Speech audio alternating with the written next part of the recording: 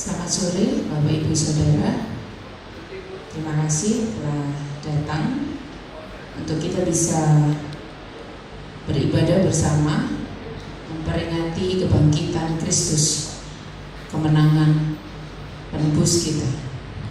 Sebelum kita mulai ibadah sore hari ini, ada beberapa hal yang harus saya sampaikan terkait dengan kegiatan physical distancing yang harus tetap kita terapkan. Bapak Ibu jemaat yang nanti akan memberikan persembahan, kotak persembahan akan dikirim ke sebelah sini ya oleh panitia. Nah, nanti Bapak Ibu diminta untuk bergilir. Jangan khawatir untuk tidak bisa memberikan persembahan, kotaknya terbuka. Kalau harus diulang 10 kali nyanyi tidak apa-apa ya Pak Nui. Mohon nanti bergilir begitu ya, supaya kita tetap dalam koridor physical distancing. Kita bersaat teduh sejenak sebelum kita masuk dalam ibadah kita.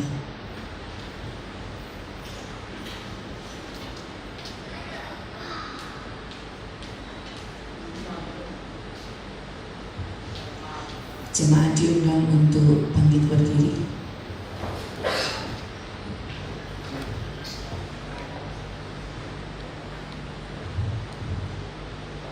Inilah hari yang dijadikan Tuhan. Marilah kita bersorak-sorak dan bersukacita karenanya. Haleluya. Terpujilah Kristus, anak domba yang disembelih, yang oleh darahnya kita beroleh penebusan, yaitu pengampunan dosa, menurut kekayaan kasih karunia. Semat maut telah dikalahkan, maut telah ditelan dalam kemenangan oleh Yesus Kristus Tuhan kita. Terpujilah Allah yang bangkit, hidup dan benar. Haleluya. Agungkanlah Dia bersama dengan seluruh ciptaannya, hai umat Allah. Segala puji, hormat dan kuasa bagi Allah di dalam Kristus Tuhan kita selama-lamanya. Mari jemaat kita pujikan Dia diagungkan.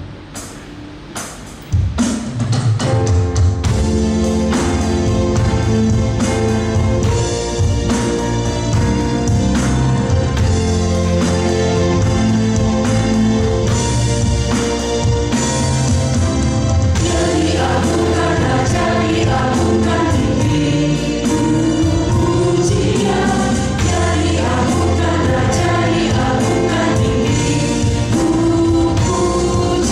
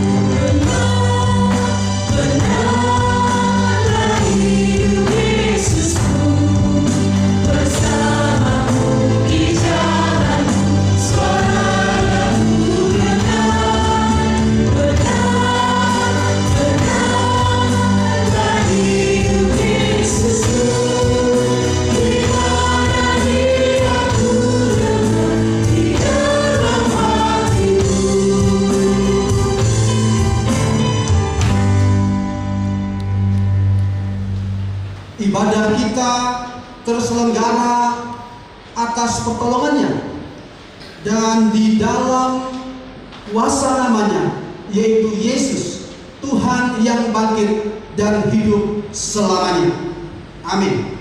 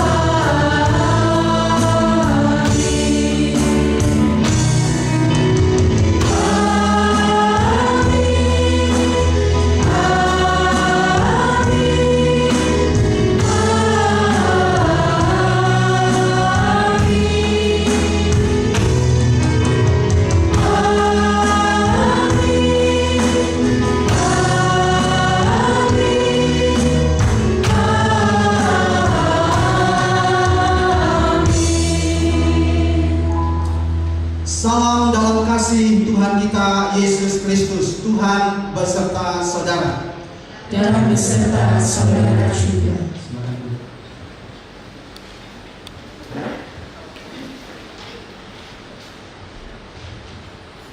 Inilah kabar sukacita yang menggemparkan dunia, bahwa Kristus yang mati disalibkan itu bangkit dan menang. Kebangkitannya menyatakan bahwa Ia adalah Allah yang berkuasa. Kebangkitannya memberi kita pengharapan. Mari kita merayakan kebangkitannya.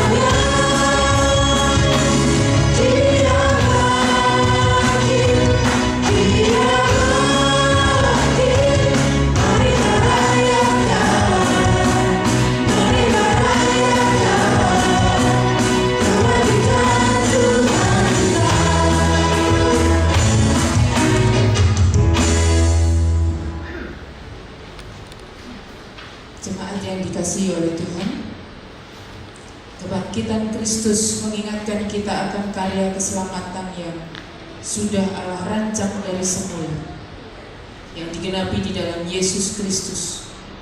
Karena begitu besar kasih Allah pada kita, Ia mengorbankan anaknya yang tunggal, supaya kita yang tanpa harapan beroleh pengharapan, bahkan mendapatkan hidup yang kekal. Masihkah kita bergelut dalam dosa? Datanglah kepada Allah dan memohon pengampunannya. Saya mengajak Bapak Ibu Saudara, mari kita berdoa, mari kita datang pada Tuhan dalam doa pengakuan dosa. Ya Allah, Sang Kasih yang hidup, yang kesetiaannya selalu mengiring hidup kami. Kami datang dengan hati yang penuh syukur Tuhan. Terima kasih Tuhan Yesus, Engkau bersedia mati bagi kami. Terima kasih Tuhan, Engkau telah bersedia gantikan kami di kayu salib. Seharusnya kamilah yang disalib, seharusnya kamilah yang dihukum. Terima kasih Tuhan, terima kasih buat anugerah-Mu yang begitu besar buat kami. Di dalam nama Tuhan Yesus Kristus yang telah mengampuni dosa kami, kami berdoa dan bersyukur. Amin.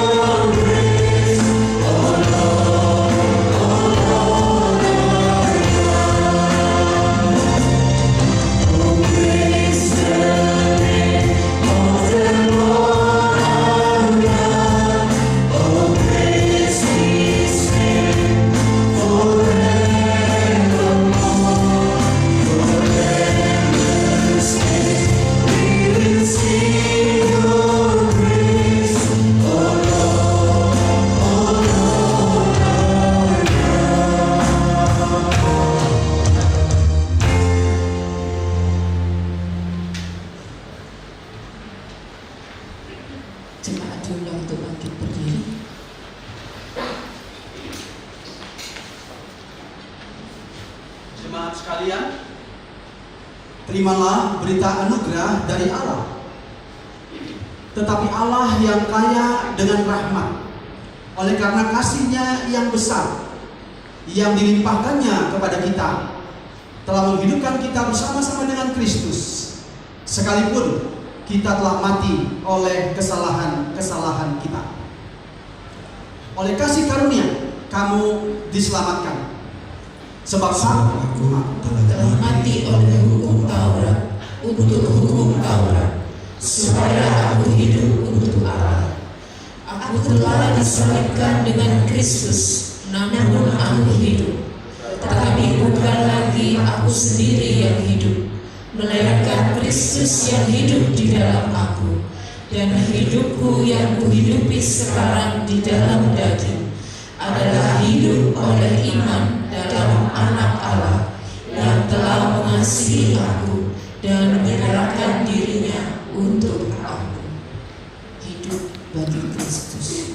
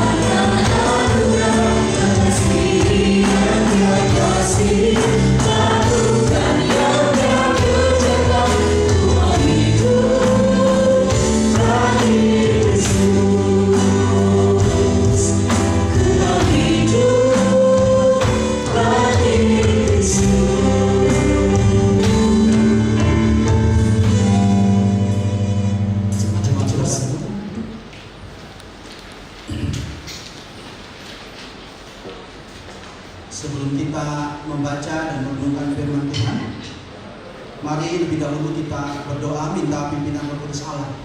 Kita berdoa. Bapa di surga, saat yang indah adalah duduk di kaki Tuhan untuk memuji dan memuliakan nama-Mu, menaikkan puji-pujian pengagungan kepada Tuhan. Dan saatnya juga kami akan bersama-sama duduk diam di hadirat Tuhan, mendengarkan firman yang daripada-Mu. Ya Allah, berkenanlah Engkau berfirman kepada kami melalui hamba-Mu ini. Berbicaralah kepada tiap-tiap kami pribadi. Ajari kami, teguhkan hati dan iman kami. Beritahu kepada kami bagaimana seharusnya kami hidup sebagai orang-orang yang berpengharapan di dalam Tuhan. Maka pada kesempatan hari ini, sore hari ini, ya Allah Roh Kudus, pimpinlah hamba-Mu yang akan menyampaikan firman-Mu. Penuhi dengan urapan dan kata-kata disampaikan dengan bahasa yang sederhana, yang mudah ditangkap dan dimengerti. Dan setiap kami mendengarnya dengan sungguh dan terpukau oleh firman Tuhan yang meresap dalam hati kami, membuat kami lebih kuat, segar dalam iman kami, dan kami akan menjalani hari-hari kami yang ada di depan dengan bermodalkan pada firman Tuhan. Terima kasih ya Allah. Di dalam nama Tuhan Yesus Kristus kami berdoa dan siap menyambut firman Tuhan. Amin. Jemaat yang dikasihi Tuhan Yesus Kristus, firman Tuhan pada sore hari ini akan dibacakan dari Yohanes pasal 20 ayat 1 sampai ayat 18. Yohanes pasal 20 ayat 1 sampai ayat 18.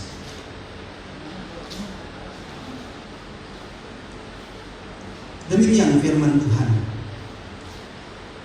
Pada hari pertama minggu itu, pagi-pagi benar, ketika hari masih gelap, pergilah Maria Magdalena ke kubur itu, dan ia melihat bahwa batu telah diambil dari kubur.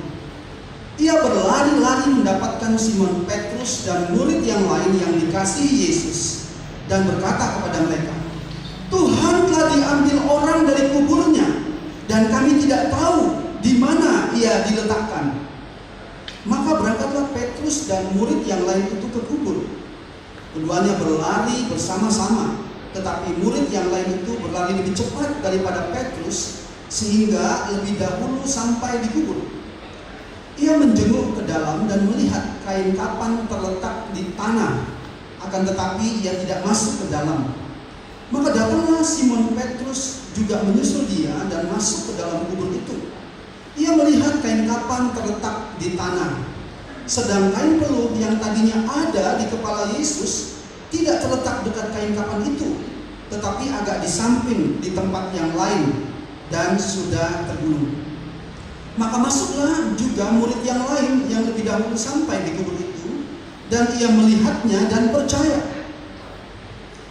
Sebab selama itu mereka belum mengerti isi kitab suci yang mengatakan bahwa ia harus bangkit dari antara orang mati.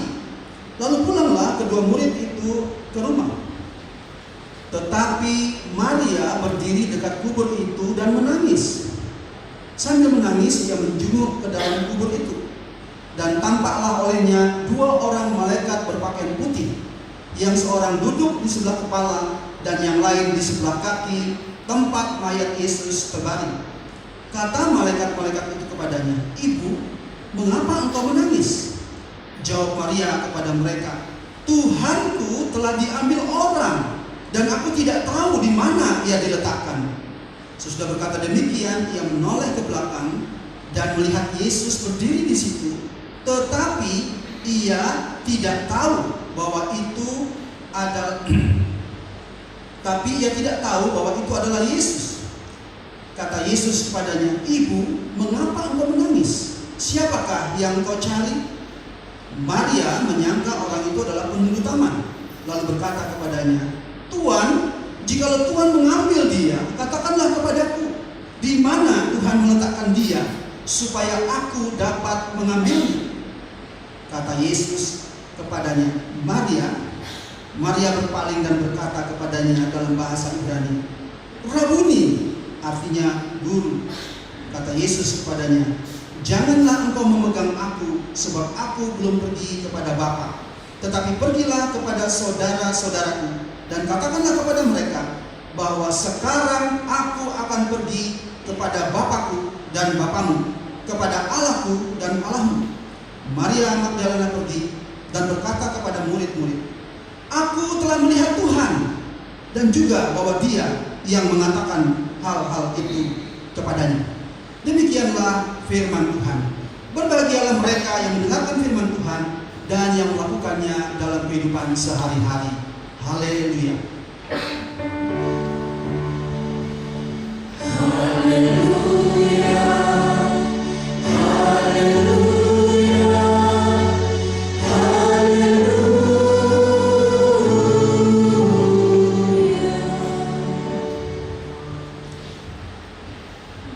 Jemaat yang dikasihi oleh Tuhan Yesus Kristus, terimalah salam sejahtera. Tuhan memberkati kita semua. Saya bersukacita karena ini sudah kesekian kalinya kita bisa ada ibadah onsite setelah 1 tahun, dan ini bertemu dengan lebih banyak orang lagi dalam kaitannya dengan ibadah kebaktian umum, dan secara khusus kita merayakan Paskah, kebangkitan Tuhan Yesus. Dan kita mendapatkan satu tema, yaitu pengharapan yang hakiki. Hakiki itu artinya yang sesungguhnya, yang sebenarnya, yang seharusnya. Jadi pengharapan itu ada pengertiannya bisa banyak, tetapi yang kita bicarakan adalah seharusnya seperti apa pengharapan itu. Jemaat yang dikasihi Tuhan Yesus Kristus, setiap orang itu punya pengharapan. Anak-anak punya pengharapan, pemuda remaja punya pengharapan, orang dewasa punya pengharapan, para lansia pun punya pengharapan. Pengharapannya tentu sesuai dengan masing-masing orang. Ya. Anak-anak yang belajar berharap bahwa, ini sekarang nih sudah setahun tidak sekolah, datang ke sekolah. Harapan mereka ialah pandemi cepat berlalu supaya bisa sekolah tidak online, menjemukan online. Ternyata bukan cuma murid-murid, guru-guru juga begitu. Ya, repot dengan mengajar secara online. Ya, bisa tanya pada Putri, pada Bu Emi dan Bu yang lain di sini. Ternyata repot. Guru-guru juga punya harapan. Kapan ya kita bisa sekolah onsite? Para pekerja juga begitu, berharap bahwa pandemi ini berlalu dan kembali semua berjalan dengan baik dan lancar. Nah, semua punya harapan.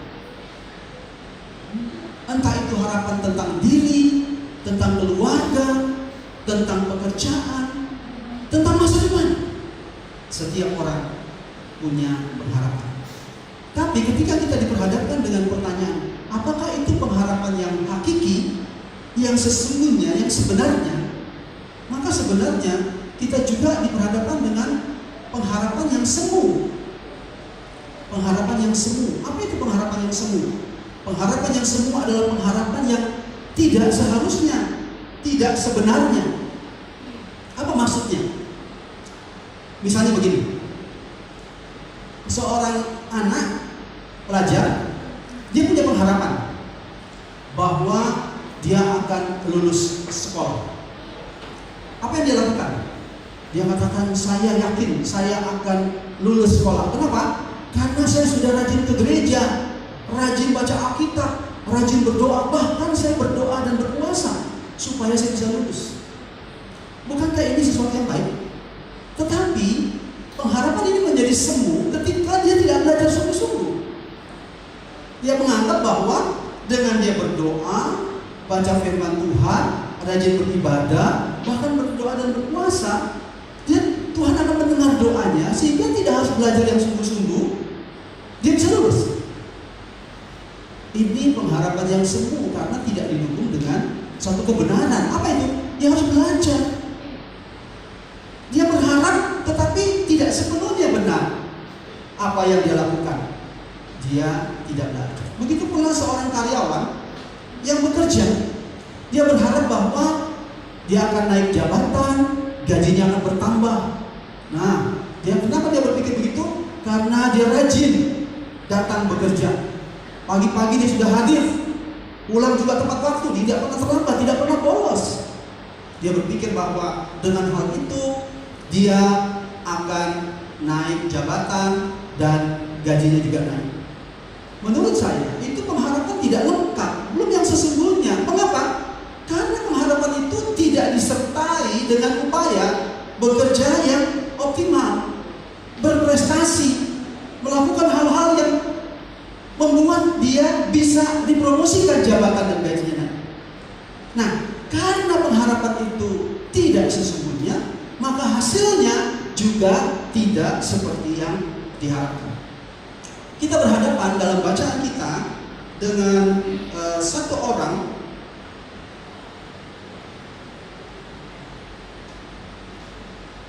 tolong dibantu.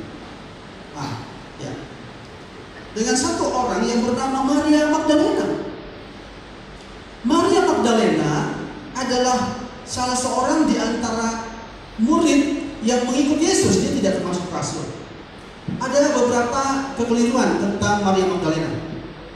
Ada orang yang menganggap Maria Magdalena adalah perempuan yang ketahuan berzina, lalu mau dilempari batu dan tidak jadi. Ya. Lalu dianggap itulah Maria Magdalena. Tidak. Alkitab tidak menceritakan orang itu adalah Maria Magdalena. Atau juga ada orang mengatakan Maria Magdalena adalah orang yang datang kepada Yesus waktu Yesus mengadakan perjamuan, lalu dia menuangkan minyak di kaki Yesus, menggosok-gosok kakinya dengan rambutnya sambil menangis. Bukan itu. Maria Magdalena adalah seorang perempuan yang dirasuk oleh 7 setan. Dan Tuhan Yesus melepaskan dia dari kerasukan setan. Alkitab tidak pernah menceritakan peristiwanya. Hanya disebutkan bahwa Maria Magdalena adalah orang yang pernah dilepaskan oleh Yesus dari 7 setan. Mengapa ini tidak diceritakan oleh Alkitab? Saya juga tidak tahu. Tetapi yang jelas, Maria punya pengalaman yang khusus dengan Tuhan. Apa itu? Bayangkan kalau seseorang itu dirasuk oleh setan. Pernahkah Anda melihat orang yang dirasuk setan? Saya melihat beberapa orang ternyata yang dirasuk setan itu bukan kerasukan, bukan kerasukan sungguhan gitu ya, tapi faktor psikologis.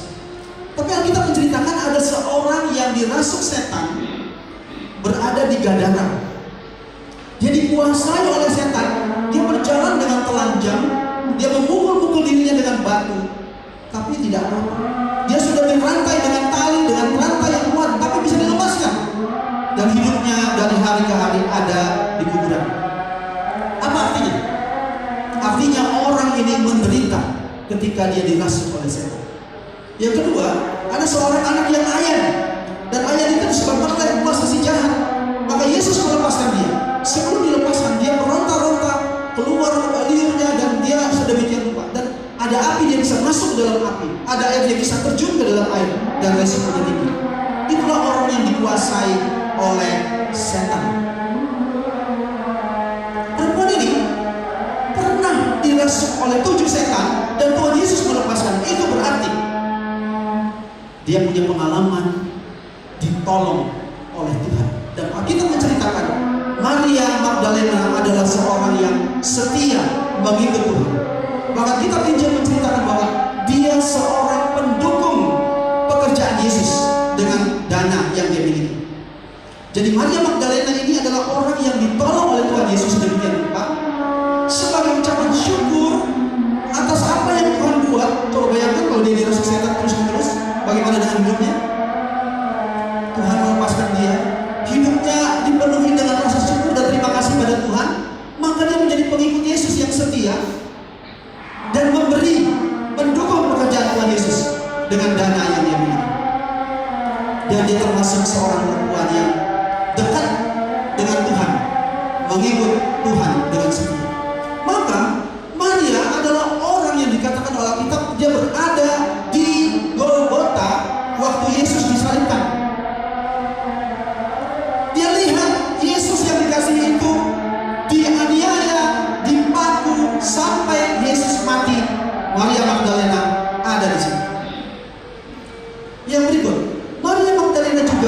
hadir waktu Yesus dikuburkan dan melihat batu itu menutup pintu makam. Dan yang kita baca di sini ialah ketika pagi-pagi benar, Maria Magdalena datang ke kubur ketika masih gelap. Inilah Maria Magdalena. Tetapi Maria Magdalena punya pengharapan yang semu. Tolong bantu. Ya, dia punya pengharapan yang keliru. Kenapa? Di dalam bacaan kita, Maria Magdalena pergi ke kubur pagi-pagi benar. Apa yang dia lakukan? Dia mau memberikan kepada Yesus yang sudah mati itu mur, minyak-minyak, wangi-wangian. Apa artinya? Yang ada di dalam pikiran Maria adalah Yesus masih terbaring di surga. Yesus masih dalam keadaan mati. Dia akan berjumpa dengan Yesus yang sudah mati. Coba pikirkan, waktu dia datang dari rumah, dia membawa apa yang bisa dia bawa untuk Yesus. Yang dipikirkan dia akan bertemu dengan Yesus yang sudah mati dan yang masih terbaring di dalam kubur. Itu yang saya sebut dengan pemahaman yang keliru. Mengapa? Karena Yesus sudah mengatakan bahwa dia akan mati. Dalam bacaan kita di dalam ayat 9, ini pemahaman tentang seorang murid yang dikasih Yesus, yaitu Yohanes. Sebab selama itu mereka belum mengerti isi kitab suci yang mengatakan bahwa ia harus bangkit dari antara orang mati. Inilah sebabnya saya mengatakan ini pemahaman yang keliru. Kenapa? Yang mereka pikirkan ialah Yesus masih ada di dalam kubur, terbaring dalam keadaan mati. Apa akibatnya? Firman Tuhan menceritakan bahwa mereka menemukan seharusnya batu masih menutup kubur. Kenapa? Yesus mati. Bagaimana mereka bisa memberikan minyak dan sebagainya kepada mayat Yesus? Batu masih tertutup. Kalau itu pemahaman mereka terjadi, tapi karena pemahaman mereka keliru, mereka menemukan bahwa kubur itu batunya sudah tergeser. Kubur itu kosong. Yesus tidak ada di situ. Tetapi sekali lagi, karena pemahaman Maria keliru, yang dia pikir apa? Dalam bacaan kita, Maria berpikir bahwa ada orang yang mencuri mayat gurunya. Itu jelas dikatakan ketika ada orang di belakangnya bertanya kepadanya, "Ibu, apa yang kau cari?" Dikatakan begini, "Tuhanku telah diambil orang dan aku tidak tahu di mana ia diletakkan." Ketika dia berkata pada mereka.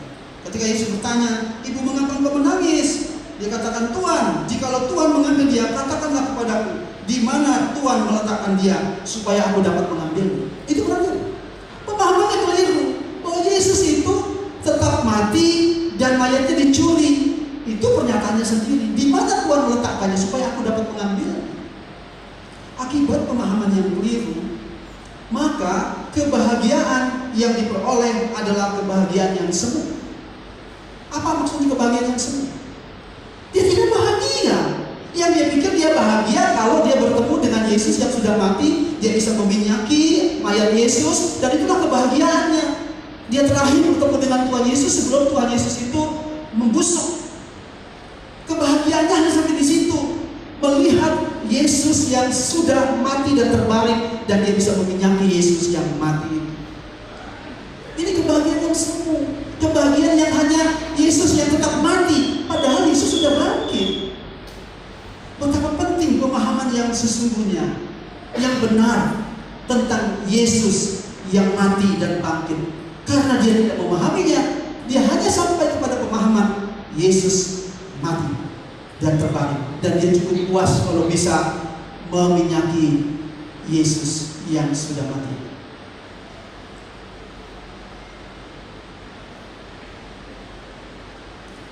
Kita langsung diperhadapkan dengan satu pengharapan yang hakiki. Apa yang sebenarnya seharusnya kita harapkan? Apa yang seharusnya Maria harapkan dan dari Maria itu kita dapat pelajaran. Pertama, kita harus memiliki pemahaman yang benar. Bacaan kita menyatakan bahwa Yohanes baru tahu bahwa Yesus pernah mengatakan bahwa dia akan bangkit dari antara orang mati. Maria tidak. Sampai percakapan terakhir Maria tidak. Maka penting bagi kita, termasuk bagi Maria, memahami bahwa Yesus benar-benar mati dan Yesus sudah bangkit seperti yang dia katakan. Dengan pemahaman yang benar, maka kita akan mengalami kebahagiaan yang benar, yang sejati. Tidak seperti Maria. Maria sedih, Maria menangis, seakan-akan itu baik. Benar, dia mencintai Tuhannya, tetapi karena pemahaman yang keliru, dia sedih, dia menangis. Bahkan Yesus pun tidak dikenalinya. Dianggap Yesus itu penjaga kebun. Bayangkan, dia selama ini telah berjumpa dengan Yesus, melihat dengan mata kepala, mengenali suaranya.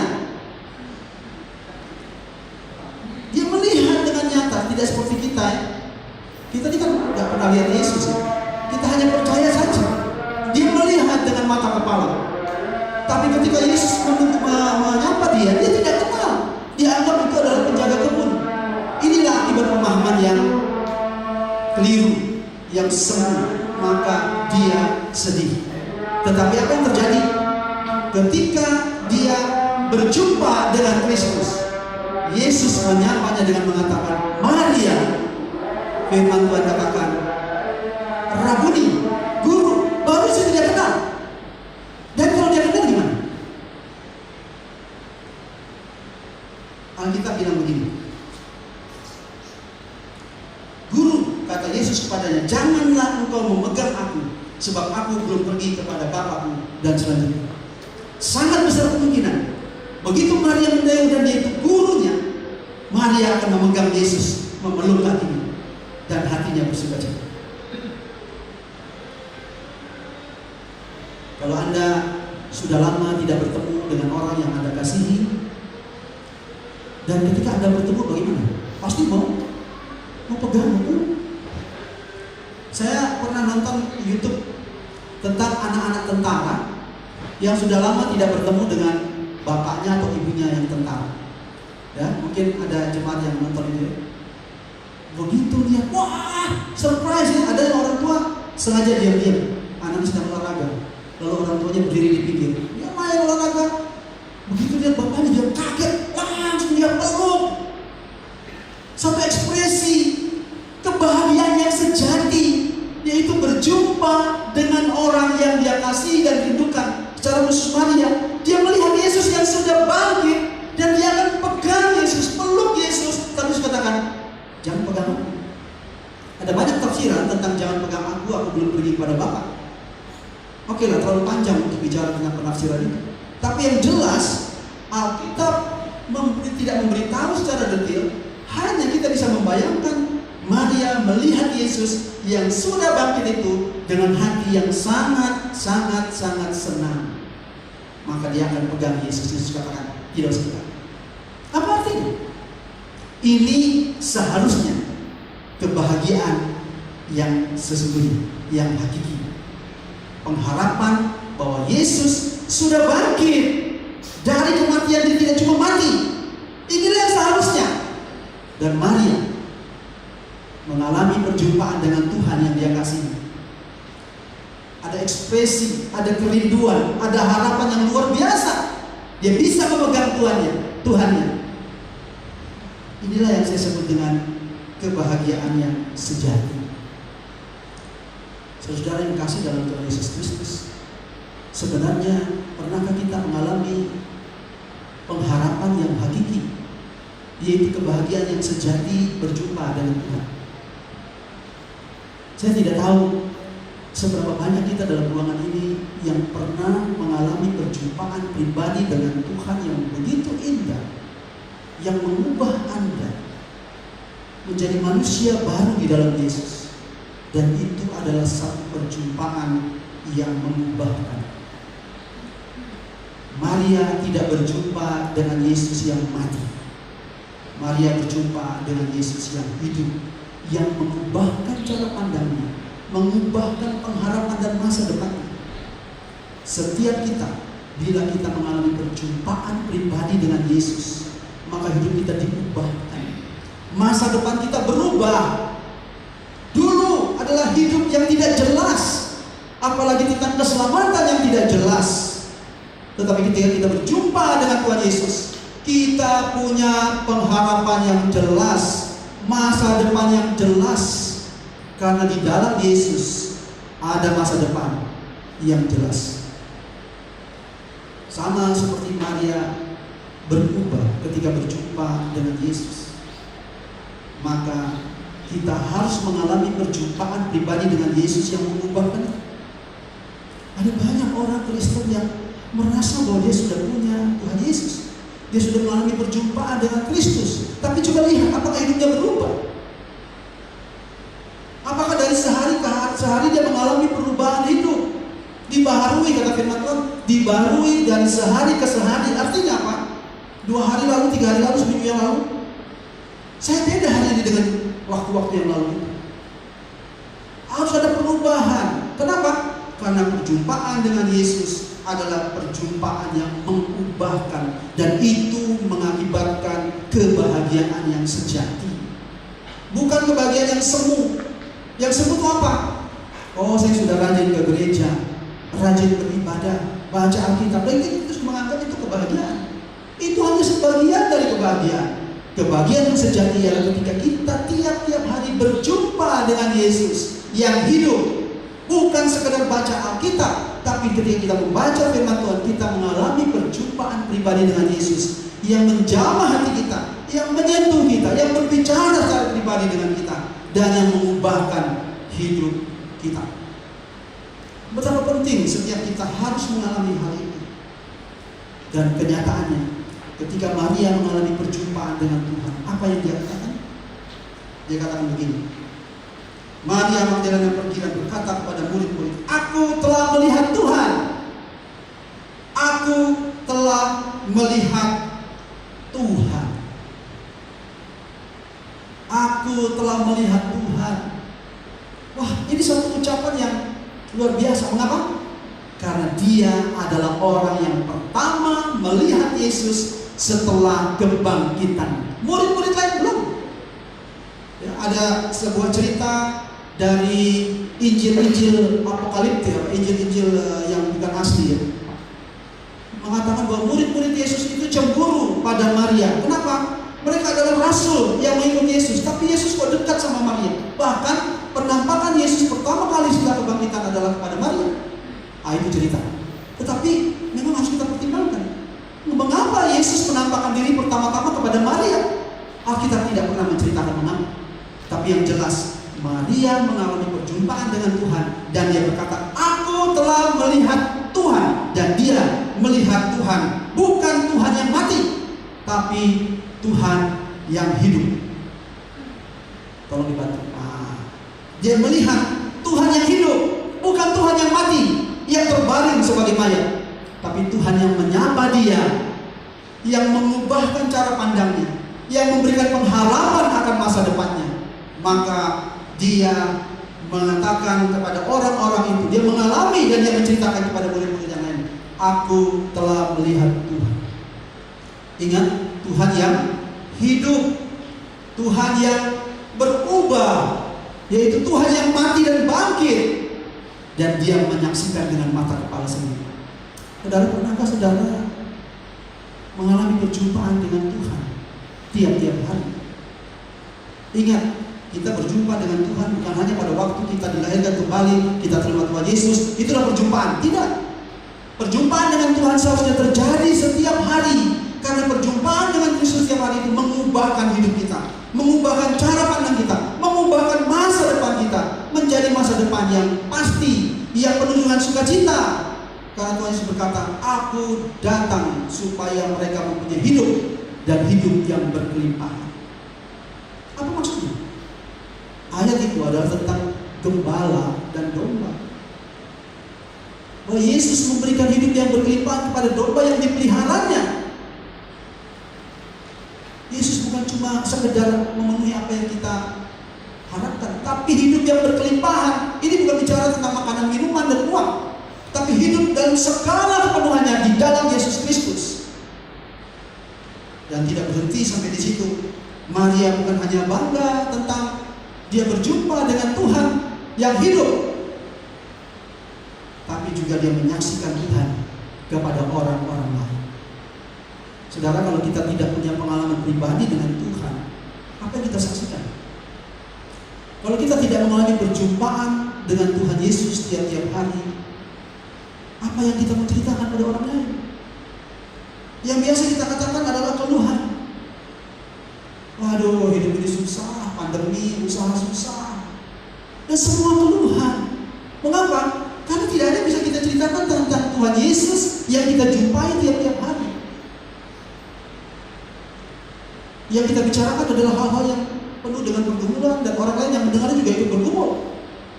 Tapi kalau kita berjumpa dengan Tuhan Yesus tiap-tiap hari, maka yang kita katakan adalah hasil perjumpaan kita dengan Tuhan. Kalimat-kalimat yang positif, kalimat-kalimat yang memberikan semangat baru, kalimat-kalimat yang memberikan pengharapan. Mungkin kita tidak demikian, karena tidak ada sesuatu yang kita bisa ceritakan, karena hari itu kita tidak mengalami perjumpaan dengan Tuhan yang membuat kita ingin menceritakan pada orang lain seperti apa itu akibat perjumpaan dengan Tuhan. Maka saudara-saudara, betapa penting tiap-tiap hari kita mengalami perjumpaan dengan Tuhan yang hidup, bukan Tuhan yang mati. Itu Tuhan yang menyapa kita, Tuhan yang menyentuh hati kita, Tuhan yang mengubah kita, Tuhan yang memberikan semangat baru pada kita, sehingga kita bisa memberikan semangat baru pada orang lain. Firman Tuhan katakan, Tuhan memberikan kepadaku lidah seorang murid. Artinya apa? Supaya dia bisa memberikan semangat pada orang-orang lain dengan semangat yang dia terima dari Tuhan. Saudara yang kasih dalam Tuhan Yesus Kristus, pernahkah kita menyaksikan Tuhan dalam kehidupan kita kepada sesama kita, entah itu orang yang Kristen ataupun non-Kristen? Yang selama ini kita pikirkan adalah menyaksikan Tuhan adalah memberitakan Injil supaya orang lain percaya. Tapi firman Tuhan hari ini memberitakan pada kita bahwa menyaksikan Tuhan adalah menyaksikan apa yang kita alami tiap-tiap hari dalam perjumpaan kita dengan Tuhan yang hidup, dan itu kita menceritakan pada orang lain. Sebuah contoh, kalau hari ini Anda bertemu dengan seekor ular, dan ular itu akan menyerang Anda, lalu Anda bisa membunuh ular itu, apakah Anda diam saja lalu tidak bercerita pada orang lain? Ini dialami oleh pendeta Sandi. Ya, rumahnya di Ketintang itu, pastor di Ketintang, ada ular kobra. Dan ular kobra itu di jalan tempat anak-anak bersepeda main lewat-lewat. Dengan refleks dia ambil kayu, dia pukul dan mati. Dan ternyata di dekat situ memang ada ular-ular kobra. Dan dia foto, dia gantung, dia tunjukin. Paling tidak 3 kali Pak Sandi bercerita dan saya hadir di situ. Kenapa? Itu pengalaman yang menurut dia luar biasa dan dia perlu ceritakan pada orang lain. Bagaimana perjumpaan kita dengan Tuhan yang mengakibatkan kita mengalami sesuatu dan menceritakan pada orang lain. Bukan sekadar menceritakan supaya dia percaya kepada Tuhan Yesus dan diselamatkan, tetapi supaya orang mendengar bagaimana pengalaman dia bertemu dengan, seperti Pak Sandi itu, bertemu dengan ular, lalu dia bisa membunuhnya dan dia bisa memberikan kenyamanan pada orang-orang di sekitarnya, anak-anak khususnya. Walaupun mungkin ada ular kobra yang lain. Dan kita juga, bagaimana kita mengalami perjumpaan Tuhan tiap-tiap hari, dan itu yang kita menceritakan pada orang lain. Selalu baru setiap pagi. Maka benar, mengapa kita perlu membaca Alkitab setiap hari? Karena itu kita perjumpaan pribadi dengan Tuhan, tapi bukan sekedar membaca, tapi kita mengalami jamahan Tuhan. Tuhan melawat saya, menyapa saya, mengubah saya, memberikan pengharapan akan masa depan saya, sehingga saya tidak khawatir, dan itu yang saya bagikan pada orang lain. Jemaat yang dikasih oleh Tuhan Yesus Kristus, kita harus mengalami, melihat Tuhan setiap hari dan menceritakan kepada siapa saja pengalaman kita bersama dengan Tuhan. Dan itu yang memang Tuhan mau. Sebagaimana Tuhan Yesus perintahkan kepada Maria, beritahu saudara-saudaramu, maka kita juga harus beritahu pada siapa saja bagaimana pengalaman saya bersama dengan Tuhan hari ini dan tiap-tiap hari. Kiranya firman Tuhan ini menolong kita untuk melihat Paskah dari sisi yang lain, yaitu Yesus hidup dan memberikan pengharapan. Dan pengharapan itu kita alami, kita ceritakan pada semua orang. Amin untuk firman Tuhan. Mari kita bersatu dulu sejenak. Mempertanyakan firman Tuhan itu, apakah telah mengubah hati saya? Apakah saya mengalami perjumpaan dengan Tuhan tiap-tiap hari? Apakah perjumpaan dengan Tuhan itu mengubahkan hati dan hidup saya? Memberikan pengharapan baru untuk menyongsong hari-hari yang ada di depan. Dan apakah perjumpaan dengan Tuhan itu menjadikan saya bersukacita dan menceritakan apa yang Tuhan sudah buat bagi saya pada orang lain? Kita berdoa. Bapa di surga, terima kasih untuk firman-Mu.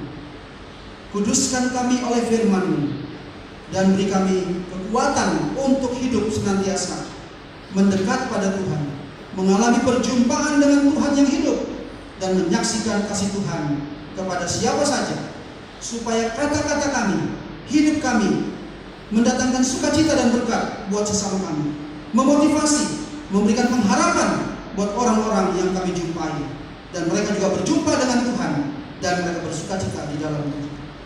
Tolong kami Bapa, di dalam nama Tuhan Yesus Kristus kami berdoa. Amin.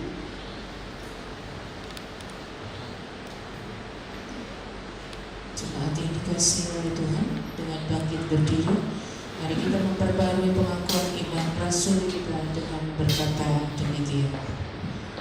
Aku percaya kepada Allah Bapa yang Maha Kuasa, Khalik langit dan bumi, dan kepada Yesus Kristus anaknya yang tunggal Tuhan kita, yang dikandung dari Roh Kudus, lahir dari anak darah Maria, yang menderita sengsara di bawah pemerintahan Pontius Pilatus, disalibkan, mati dan dikuburkan, turun ke dalam kerajaan maut, pada hari yang ketiga bangkit pula dari antara orang mati, naik surga, duduk di sebelah kanan Allah Bapa yang Maha Kuasa, dan dari sana Ia akan datang untuk menghakimi orang yang hidup dan yang mati. Aku percaya kepada Roh Kudus, gereja yang kudus dan hak, persekutuan orang kudus, pengampunan dosa, kebangkitan orang mati, dan hidup yang kekal. Amin. Jemaat dipersilakan duduk kembali. Kita masuk dalam pelayanan doa syafaat.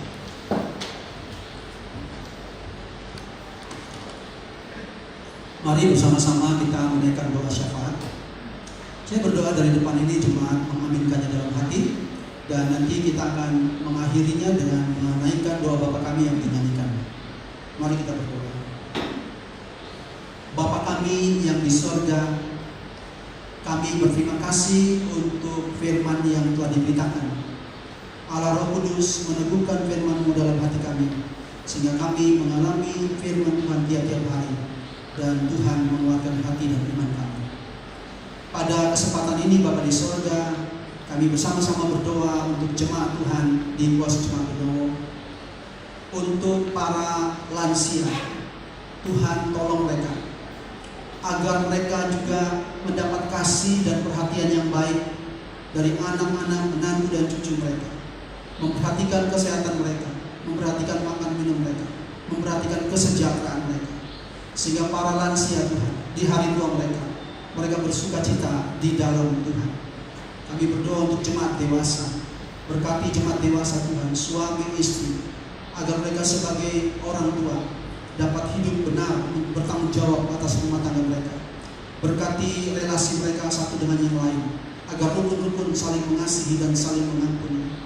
Juga Tuhan tolong dalam pekerjaan mereka, agar mereka dapat bekerja dengan baik, dijaga, dijauhkan, dilindungi dari segala yang tidak baik, dan beroleh penghasilan yang baik bagi keluarga mereka. Kami juga berdoa untuk pemuda remaja.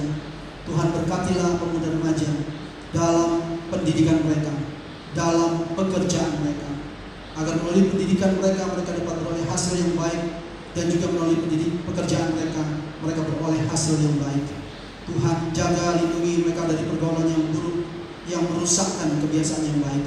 Kami juga berdoa bila ada di antara mereka yang belum mendapatkan jodoh, karuniakanlah mereka jodoh yang daripada Tuhan, yang sesuai dengan kehendak Tuhan, yang mengasihi Tuhan, menghormati Tuhan, dan Tuhan yang mempertemukan mereka pada waktu, tempat, dan cara, dan masa depan mereka ada dalam berkat Tuhan. Hidup yang diberkati dan menjadi berkat, hidup yang melayani dan memuliakan Tuhan. Juga para anak-anak sekolah minggu Tuhan berkati mereka agar mereka mendapat perhatian yang baik dari orang tua, bukan hanya dari makan minum mereka atau pendidikan mereka, tapi juga kerohanian mereka. Orang tua mendidik mereka dalam firman, orang tua menjadi contoh dan teladan yang baik. Kami berdoa untuk jemaatmu yang sedang sakit. Tuhan, jamahlah, sembuhkanlah, angkatlah sakit penyakit, berikan kesukaan, sukacita yang daripada Tuhan, karena Tuhan yang menjamah mereka.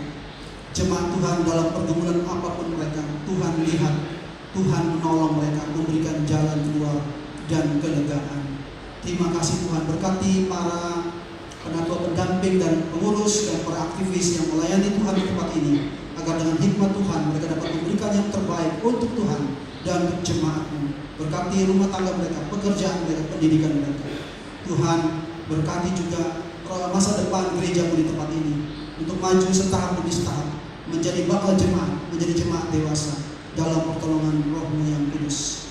Kami juga berdoa untuk para pendeta dan penatua dalam kemajelisan, para tim hamba Tuhan, dalam mengupayakan melayani jemaat dalam masa pandemi khususnya Tuhan, agar dengan hikmat Tuhan ada hal-hal yang bisa dilakukan untuk jemaat dapat tetap dilayani dan jemaat bertumbuh di dalam kasih karunia Tuhan. Berkati bangsa kami ya Tuhan, tolong bangsa kami dalam menghadapi pandemi ini, agar dengan hikmat Tuhan pandemi dapat diatasi dan Tuhan dimuliakan atas bangsa kami. Kondisi bangsa kembali normal Tuhan, oleh karena Tuhan yang campur tangan di dalamnya. Terima kasih Bapa di surga. Di dalam keterbatasan kami berdoa, kami mohon, dengar dan sempurnakan doa kami. Yang kami bawa kepadamu hanya beralaskan satu nama, Yesus Kristus, Tuhan dan Juru Selamat kami yang hidup, yang telah mengajarkan kami berdoa demikian.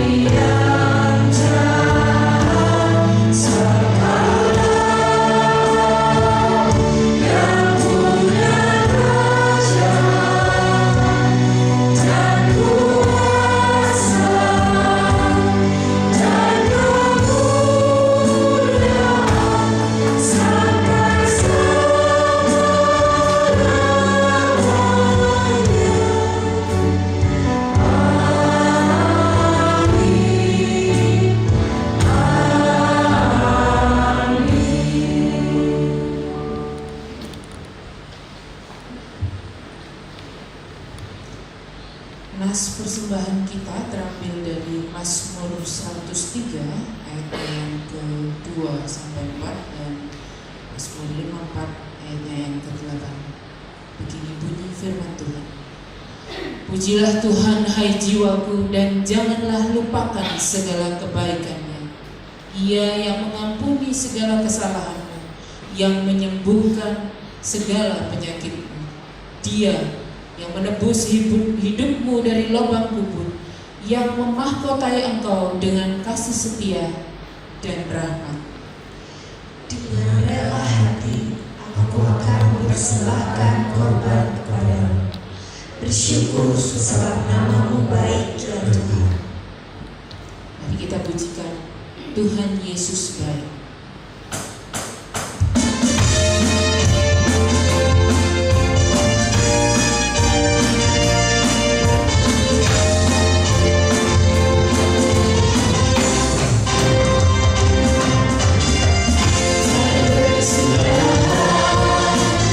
Kasih setiamu Tuhan, selalu rahmat-Mu bagiku.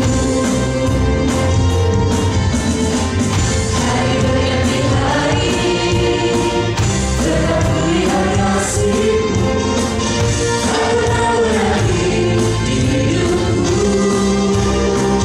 Tuhan Yesus baik, sungguh amat baik, untuk selama-lamanya.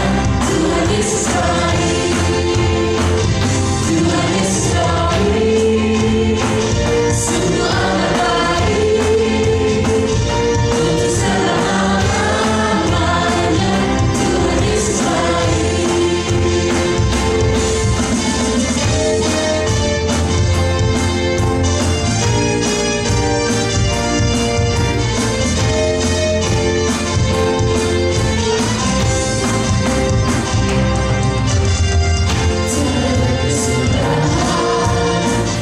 kasih setiamu Tuhan, selalu rahmat-Mu bagiku. Hari berganti hari, tetap kulihat kasih-Mu, tak pernah berakhir di hidupku. Tuhan Yesus baik, sungguh amat baik, untuk selama-lamanya. Tuhan Yesus baik, Tuhan Yesus baik, sungguh amat baik, untuk selama-lamanya. Tuhan Yesus baik. Jemaat diundang untuk bangkit berdiri. Mari kita bawa persaudaraan kita di dalam doa kepada Tuhan. Allah yang hidup, betapa banyak hal yang Engkau limpahkan kepada kami. Pengharapan, sukacita, dan damai di dalam Yesus Kristus. Terlebih lagi Engkau memberikan kami hidup. Dengan apakah kami sanggup membalasnya ya Tuhan? Tuhan, di dalam kerendahan hati kami membawa diri kami sebagai ucapan syukur kami. Di dalam nama Tuhan Yesus kami berdoa. Amin. Terpujilah Allah dan Bapa Tuhan kita Yesus Kristus, yang karena rahmat-Nya yang besar telah melahirkan kita kembali oleh kebangkitan Yesus Kristus dari antara orang mati kepada suatu hidup yang penuh pengharapan untuk menerima suatu bagian yang tidak dapat binasa, yang tidak dapat layu, yang tersimpan di sorga bagi kamu. Mari kita pujikan sebab Dia hidup.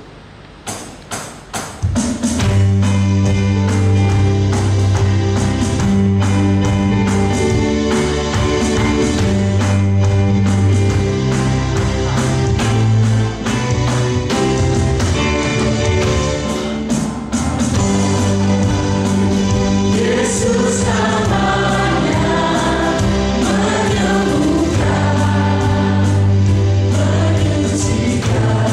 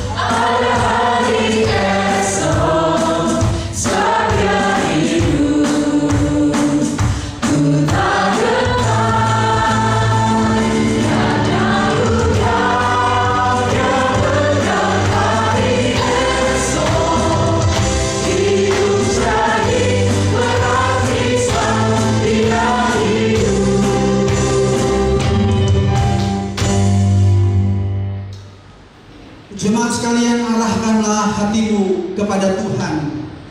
Kami mengarahkan hati kami kepada Tuhan. Jadilah saksi Kristus. Syukur kepada Allah, Terpujilah Tuhan. kini dan selamanya. Terimalah berkat Tuhan. Kiranya pengharapan dari Kristus yang bangkit menopang hidupmu. Kiranya iman dalam Kristus yang hidup menguatkan engkau. Kiranya sukacita dan damai sejahtera dari Kristus yang menang memancar dalam hidupmu mulai hari ini sampai selama-lamanya. Amin.